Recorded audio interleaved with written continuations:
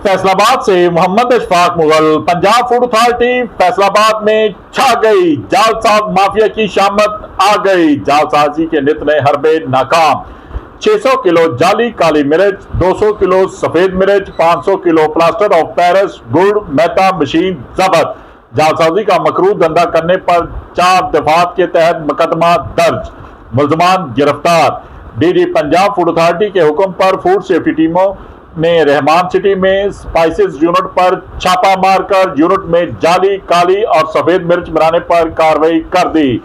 जाली मिर्च तैयार करने वाली मिक्सिंग मशीन भी बरामद कर ली गई। प्लास्टर ऑफ पेरिस, खुले रंग, मसनूई फ्लेवर से मुद्रे सेहत मिर्च तैयार की जा रही थी। यूनिट में सफाई के नाकस इंतजाम, प्योर फूड रेगुलेशंस की संगीन खिलाफ वर्जियां पाई गईं। तैयार जाली काली मिर्च को जाली पैकिंग लगाकर मार्केट में सप्लाई किया जाना था। केमिकल्स और खुले रंगों से बनी जाली अशिया का इस्तेमाल इंसानी सेहत के लिए इंतहाई मुज़र साबित हो रहा है। शहरी अपने इर्द गिर्द मौजूद जालसाज माफिया की इतला पंजाब फूड अथॉरिटी की हेल्पलाइन 1223 पर दें। अशिया खुर्दोनोश में जालसाजी और मिलावट करने वालों के खिलाफ सख्त कार्रवाई अमल में लाई जाएगी।